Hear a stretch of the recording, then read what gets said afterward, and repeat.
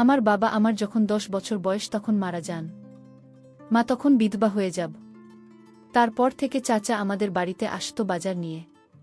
আমি ছোট হলেও বুঝতাম চাচার এত দরদ কেন আমাদের প্রতি। একদিন রাতের দৃশ্য দেখে আমায় এমন মনে হলো যে আমি এই পৃথিবী ছেড়ে চলে যাই। তাহলে মূল গল্পটা বলি। বাবা মারা যাবার 4 মাস না যেতেই হেলিম চাচার আমাদের বাড়িতে রোজ যাতায়াত শুরু হয়েছে। চাচা আসলে মা ভাত বসাতেন বা চায়ের পানি ছড়াতে। চাচা আসার সময় হাতে করে বাজার নিয়ে আসতো ব্যাগ ভর্তি বাজার। মা ওনার হাত থেকে বাজারের ব্যাগ নিয়ে নরম কণ্ঠে বলে উঠতেন, ঘরে গিয়ে বসেন, আমি চাই পানি চড়াই। মায়ের নরম কথায় হেলিম চাষি দিত। এ হাসির অর্থ আমার তখনও জানা ছিল না। বয়সটা কম, আমার 10 বছর হবে।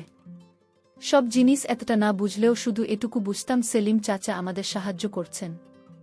না হলে প্রতিদিন আমার জন্য লজেন্স আনবে বা কেন, আমি বস্তির ঘর ও ঘরটাতে থাকলে উনি আমার হাতে লজেন্স হাতে দিয়ে বলতেন, নেই রাসেল লজেন্স খায়। আমিও হাসি মুখে লজেন্স নিয়ে বাইরে ছুটতাম। মা আমার দিকে তাকিয়ে থাকত। 2টা লজেন্স পেলে একটা ফাহিমকে দিতাম, আর একটা আমি খেতাম। ফাহিম আমার বন্ধু। তার বয়স মাত্র 9 বছর। একটা থাকলে সমান সমান ভাগ করে খেতাম। ফাহিম আমার ছোটবেলার বন্ধু, অনেক ভালো বন্ধু। দিনের অনেকটা সময় আমরা স্টেশনে কাটাই, ভাঙি জমাই, ট্রেন আসলে কুলির কাজ করি, কখনো কখনো বাদাম বুট ও বেচি। এই স্টেশনে অনেকের সাথে সখ্যতা, কিন্তু ফাহিমের সাথে সখ্যতা আমার ছোট থেকেই। ফাহিমের বাবা মা নেই আমাদের বস্তিতে, ওর বুড়ি নানির সাথে থাকেন। রাসেল বলতে শুধুই বুঝি না নিয়ে সব। স্টেশনের পাশেই বস্তি, এ জীবন কেমন তা শব্দ জগতের মানুষের উপলব্ধি করা সম্ভব নয়। শব্দ সমাজ যা জানে তার ছিটে ফোটাও আমাদের সাথে মেলে কি না সন্দেহ। হ্যাঁ, আমরা তো তাই, আমরা কুলি, আমরা ফেরিওয়ালা। আমার শব্দ সমাজে মানুষের মতো অত শিক্ষিত নই। আমরা দুবেলা পেট পুড়ে খেতে পেলে খুশি হই। আজকে ভাঙি বেশি পাইনি, যা পেয়েছিলাম তা খুব কম। মহাজন টাকাও বেশি দেয়নি, 10 টাকা দিয়েছে। ফাহিমের সাদা মুখটা আজ কালো হয়ে গেছে। সেও বেশি কিছু পায়নি। বাড়িতে কি নিয়ে ফিরবে এটা ভেবে কষ্ট পাচ্ছে। গুলির কাজ করে শান্তি পায় না। আমাদের দিয়ে কেউ কেউ কাজ করে না। আমরা নাকি ছোট। আবার কেউ বড় বড় সুটকেস মাথায় চাপিয়ে 2 টাকা 3 টাকা দিয়ে চলে যায়। এরাই তো শব্দ সমাজে মানুষ। কষ্ট লাগে খুব, ধীর কষ্ট নেই। তুই 10 টাকা নেই।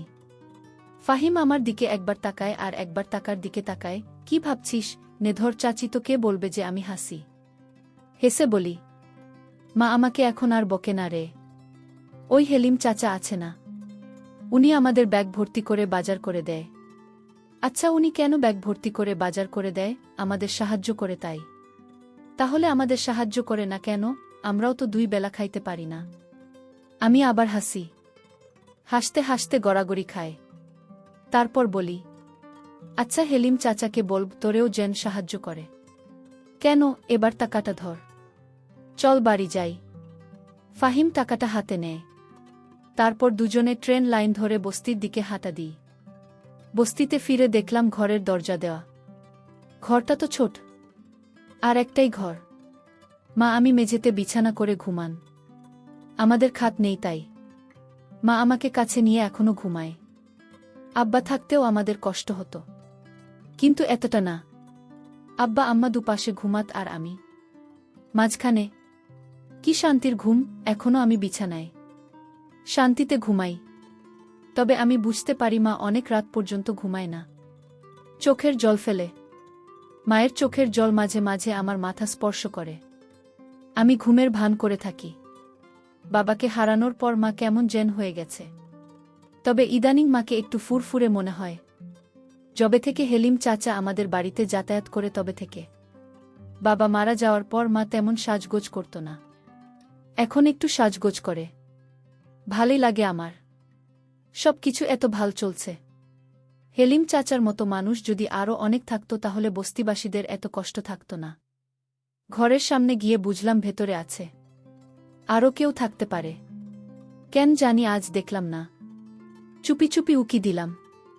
যা দেখলাম তা নিজেকে বিশ্বাস করতে পারছিলাম না। চোখে হাত দিয়ে ঘষা দিয়ে আবার দেখার চেষ্টা করলাম। যা দেখছি তা সত্যি। মায়ের সাথে সেলিম চাচা ঘরে বসে গল্প করছে। মনে হচ্ছে তারা দুজন কতদিনের চেনা।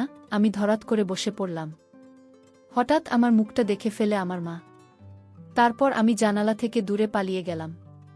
তারপর কতক্ষণ বাইরে বসেছিলাম আমার মনে নেই। তখনও হেলিম চাচা ঘর থেকে বের হয়নি। মা, হেলেম চাচা তারা ঘরের ভিতরে এতক্ষণ কি করছে? আমার কাছে হেলিম চাচাকে একটু অন্যরকম মনে হচ্ছে। আমি চিন্তা করলাম একদিন আমি জানব হেলিম চাচা কেন আমাদের এত সাহায্য করে।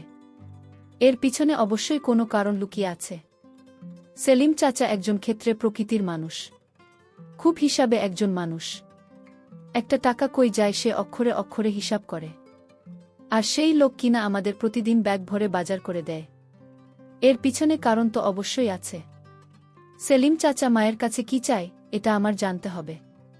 এসব ভাবতে ভাবতেই ফাহিমের ডাকে আমি তার দিকে তাকালাম। অস্ত্রভাবে বললাম, হ্যাঁ। যাবি না কোথায়? ট্রেন আইতাছে। আমি উঠলাম। বললাম, তুই সামনে যা, আমি আছি। আচ্ছা। শাহিন এগিয়ে গেল। আমি আরেকবার ঘরে উকি দিলাম। শুয়ে থেকে দুজন যেন কি পরামর্শ করছে। চুপচাপ আমি ফাহিমকে অনুসরণ করতে লাগলাম। কয়েকটা ব্যাগ ধরতে পারলে ফাহিমের আজকের খাওয়াটা হয়তো হয়ে যাবে। আমার না খেলেও চলবে। যা দেখলাম তাতে পেটের ক্ষুধা মিটে গেছে। নিজের প্রতি প্রচণ্ড রাগ হতে শুরু হলো। কেন উকি দিলাম? না দেওয়াই তো ভালো ছিল। কেন এত তাড়াতাড়ি ফিরলাম ঘুরতে? এত তাড়াতাড়ি না আসাই তো ভাল ছিল। মনে মনে কপাল চাপড়াতে থাকলাম। সুখের পৃথিবীতে মেঘের ঘনঘটা। রাতে ঘুরতে ফিরে দেখলাম গোস্তের সুগন্ধ ছড়াচ্ছে। আজকের ঘটনার পর আমি বুঝতে পারলাম এর সুগন্ধ নয়, দুর্গন্ধ ছড়াচ্ছে। আমার ভীষণ বমি পাচ্ছিল। নিজেকে ঠিক রেখে ঘুরতে ঢুকলাম। হেলিম চা চলে গেছে। সেলিম চাচা যেখানে বসেছিল সেই জায়গাটা দেখে আমার খুব খারাপ লাগছে। মা পিছন থেকে ডাকে, রাসেল, কি রে বাবা, কি হয়েছে তোর? আমি কোনো কথা না বলে চুপ থাকি। মা আবার আমাকে জিজ্ঞেস করে, কথা কস না কেন রাসেল? কি হয়েছে? আমি আবার বললাম, গোস্ত পায় না কই মা। মা হাসে উত্তর দেয়, তোর হেলিম চাচা দিয়ে গেছে। সেলিম চাচা শুধু আমাদের কেন দেয়, বস্তিতে আরও মেলা মানুষ আছে তা গড়ে দেয় না, খালি আমাগো দেয়। কেন না? আমার এই প্রশ্ন শুনে মা হতভম্ব হয়ে যায়। হয়তো মনে মনে ভাবে, এ কোন রাসেলকে দেখছি। কোমা, চুপ থাকিস না। মা বলে, তোর এত কথার উত্তর দেব আর পাব না। যা গায়ে পানি দিয়ে আয়। আমি দাঁড়িয়ে থাকি, নড়াচড়া করি না। বাবা মারা যাবার পর আমরা হয়তো খারাপ অবস্থায় ছিলাম, কিন্তু না খেয়েছিলাম না। মানুষের অবহেলা পেলেও আরেকবার ঠিকই পেটের অর্ধেকটা পূরণ হতো। কি হলো, যা দাঁড়ায় আছিস যে? মায়ের কথায় আমি কলের দিকে হাঁটা দিলাম। খেতে বসলাম। মুখটা ভার হয়ে আছে। সামনে গরুর গোস্ত, ডাল আর ভর্তা। আমি শুধু ডাল আর ভর্তা নিলাম। মা অবাক হয়ে জিজ্ঞেস করল, গোস্ত নিলি না বাপ? আমি স্বাভাবিকভাবে বললাম, না মা। কেন? তো না, গরুর গোস্ত মেলা পছন্দের, সেই জন্য তোর হেলিম চাচাকে গোস্ত আনতে বলেছিলাম। নেখা, আমি জিতেছি। না, গোস্ত দেওয়ার জন্য চামচে গোস্ত তুলে আমার পাতের দিকে ধরল। আমি প্লেটটা সরালাম। কি হল বা? নেন, নামা খামু না। আইস ভাল লাগছে না। কি হয়েছে তোর? আইস এমন করছিস কেন? জ্বর আসছে নাকি? দেখি। মা আমার দিকে হাত বাড়ায়। আমি হাত সরিয়ে দিই। মা, তুমি আমায় ধরবে না। মা, হেলেম চাচার এ আর গোস্ত আনতে খুলল না। আমার ভালো লাগে না গোস্ত। আমার আজকের কথাবার্তা শুনে মা কিছুটা অবাকি হয়েছে। আমি তার দিকে তাকাইনি। শুধু ডাল আর ভর্তা দিয়ে চুপচাপ ভাত খেয়ে শুয়ে পড়লাম। আমি গোস্ত খেলাম না বলে মাও খেল না। আমার পাশে শুয়ে পড়ল। আজকে আমাকে আর মায়ের ঘরে থাকতে দিল না। কইল না করে দিতাম। সারা রাত আমার চোখে ঘুম নেই। শুধু হেলিম চাচা আর মায়ের জন্য বাজার আরও কত কি নিয়ে আসে, আমি এর মানে বুঝতে পারলাম না। আমার বয়স 10 হলে কি হবে? আমি তো কিছু হলেও বুঝি। এমন না যে আমি কিছুই বুঝি না। আমি এসব ভাবতে ভাবতে ঘুমিয়ে গেলাম। সকাল সকাল ঘুম থেকে উঠে স্টেশনের দিকে হাঁটা দিলাম। এখনও স্টেশনে মানুষ এভাবে জাগেনি। ট্রেন আসতে দেরি হবে হয়তো।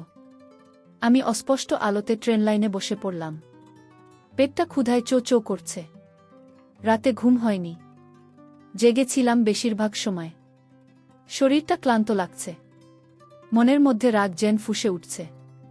নিজেকে নিয়ন্ত্রণ করতে কষ্ট হচ্ছে। আস্তে আস্তে রোদ উঠছে।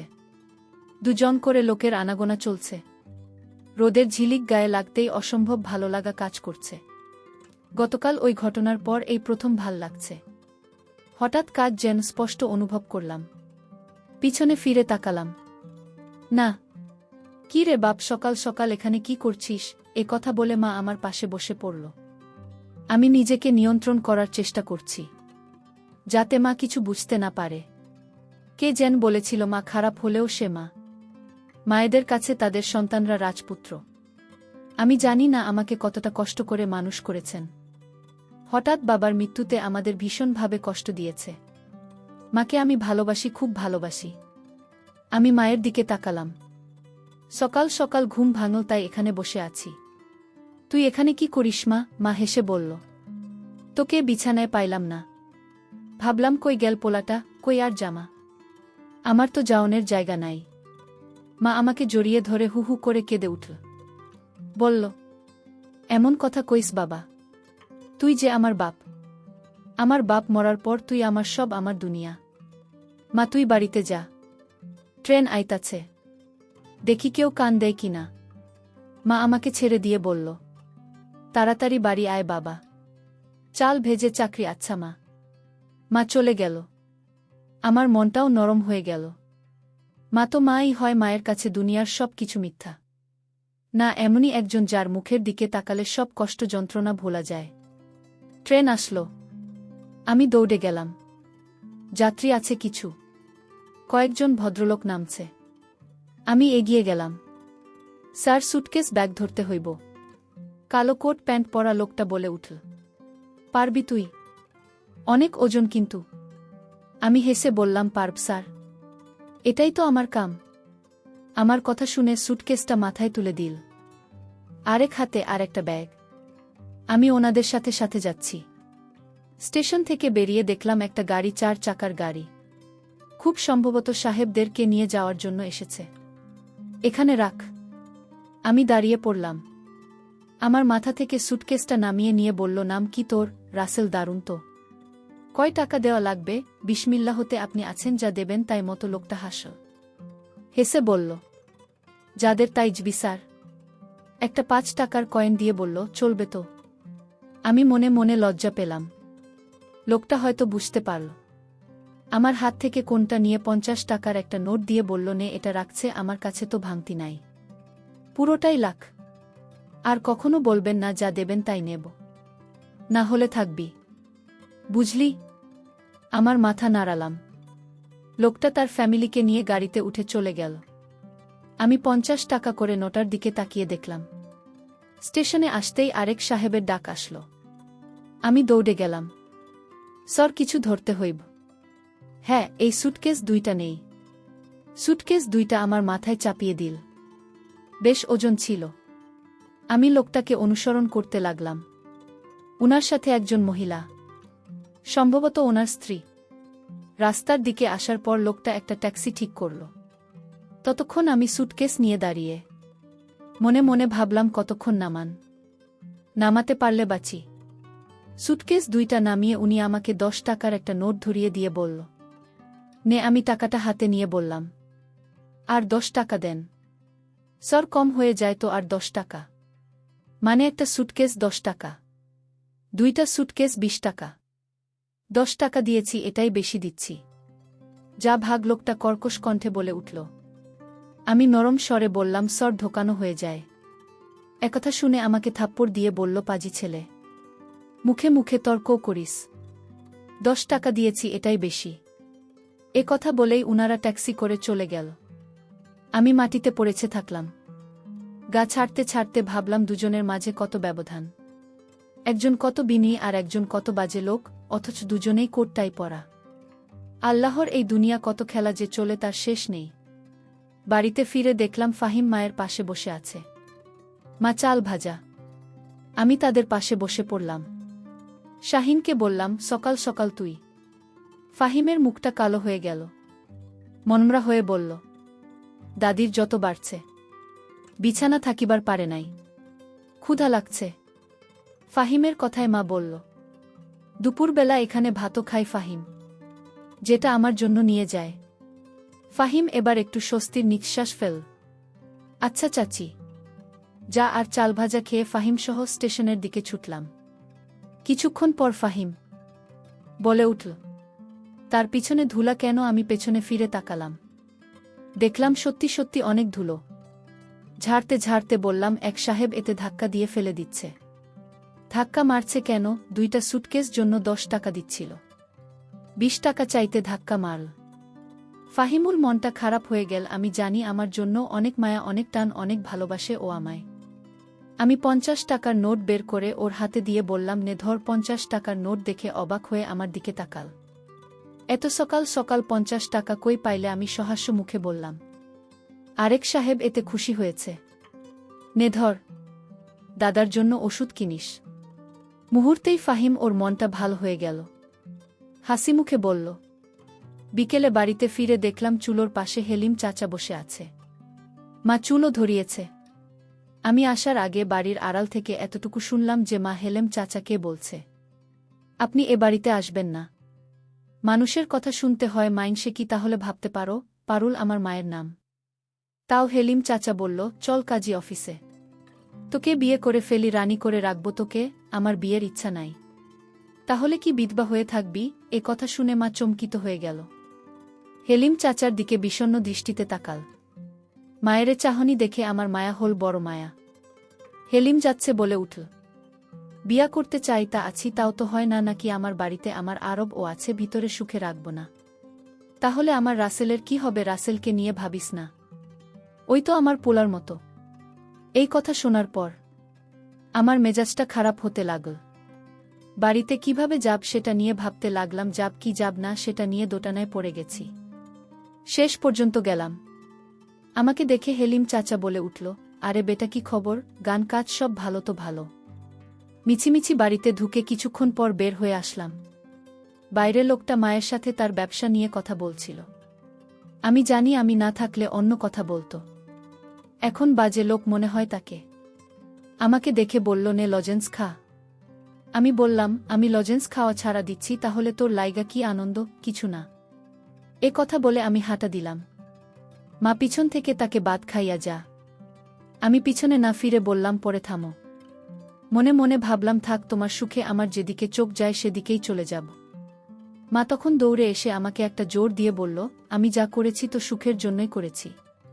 তোর বাপ মারা যাওয়ার পর যদি তোর চাচা হেলিম আমাদের না সাহায্য করত, তাহলে আমরা ভিক্ষা করতে হতো রাস্তায় রাস্তায়। আর তোর চাচাকে তুই যে রকম খারাপ ভাবে সে ততটা খারাপ না। তুই মাঝে তোর চাচা আমাকে রুমে দেখতে পেয়ে বাজে ভাবে নিচ্ছিস, আসলে তো চাচা তো বাবার চিঠি নিয়ে আমার সাথে কথা বলতো আর আমাকে সান্ত্বনা দিত। আল্লাহ যা করেন তা ভালোর জন্যই করে। তো হেলিম চাচা আমাদের পাশে না থাকলে যে আমাদের কি হতো? বাক, তুই রাগ করিস না। সেলিম চাচা বলল, ঠিক আছে, ছেলে যেহেতু চায় না আমি তোমাদের সাহায্য করি, তাহলে আমি আর আসব না। আমার তবু সন্তান কিছুই নাই। ভাইজান মারা যাওয়ার পর আপন বলতে আপনি ছাড়া কেউ ছিল না। আমি তোমার নামে আমার সমস্ত সম্পত্তি লিখে দিয়েছি। তোমরা মা ছেলে ভালো থাকো, আমি চলে যাই। মা তখন আমাকে বলল, বাবা, তুমি যেদিন তো চাচাকে আমার ঘরে দেখে সন্দেহ করেছিলি, ওই দিন তো চাচা আর আমি পরামর্শ করে আমার নামে সমস্ত কিছু লিখে দিয়েছে তো চাচা, আমি নিজে চাইনি। তোর চাচা বলল, আপনি আর রাসেল ছাড়া কি আছে আমার? আমি আপনার নামে সমস্ত সম্পত্তি লিখে দিলাম। আর তোর চাচা তো তোর বাপের আপন ভাই, তাহলে তার সাহায্যে পেলে ক্ষতি কি? চা তো বাপের সমতুল্যই। তুই আমাদের যে রকম ভাবছিস আমরা আসলে তেমন না, এটা তো ভুল ধারণা বাপ, আমি কোনো পাপ করিনি।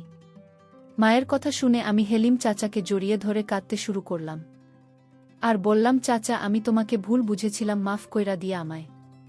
বন্ধুরা, গল্পটি কেমন লাগলো তা কমেন্ট করে জানাবেন। ধন্যবাদ।